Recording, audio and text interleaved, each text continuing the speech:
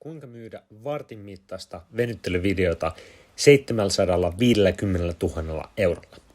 Niskahartien ensupupakkaus luotiin Black Friday-kampanjan 2018 ja sitä on kohta myyty 28 000 kappaletta, keskihinta noin 27 euroa, eli noin 750 000 euroa. Miten nyt on mahdollista, että yhtä vartin video on myyty näin paljon Suomen kokoisessa markkinapaikassa? No, kun porukka tekee verkkokurssia, niin siellä aina alussa tehdään sama virhe.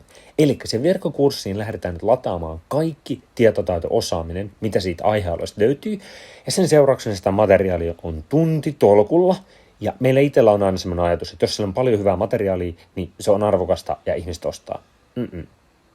Ihmisellä on aina joku kipu, josta ne haluaa eroon, tai joku palava juttu, minkä ne haluaa saavuttaa, jota kohti ne haluaa päästä.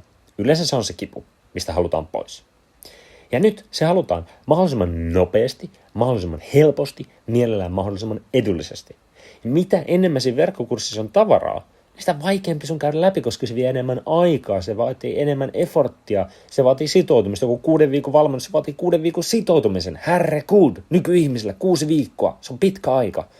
Mutta sen sijaan, jos sä pystyt kiteyttämään sen, että siinä on vähemmän materiaalia, se tulos tulee nopeammin, se vaatii vähemmän sitoutumista, ja se on vaikka edullisempi, se ei ole mikään 100 kurssi, mikä vaatii 6 viikon sitoutumisen, vaan se on 15 minuuttia, minkä sä saat käyttöön nyt heti, sä saat tuloksen nyt heti.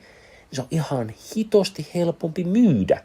Ja mä en tiedä nyt varmaksi, mutta mä uskallan väittää, että Niskahartien ensupupakkaus saattaa hyvin olla Suomen kaikkien aikojen myydyin verkkokurssi.